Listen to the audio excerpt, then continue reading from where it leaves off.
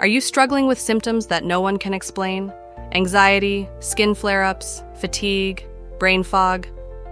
Doctors run tests, but everything comes back normal. So why don't you feel normal?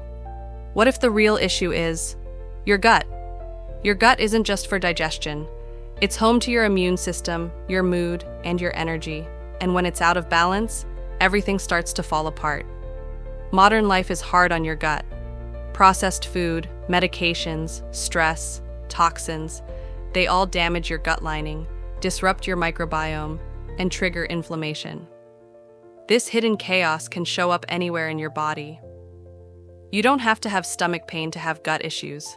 Skin problems, autoimmunity, joint pain, cravings, and mood swings all trace back to what's happening in your gut.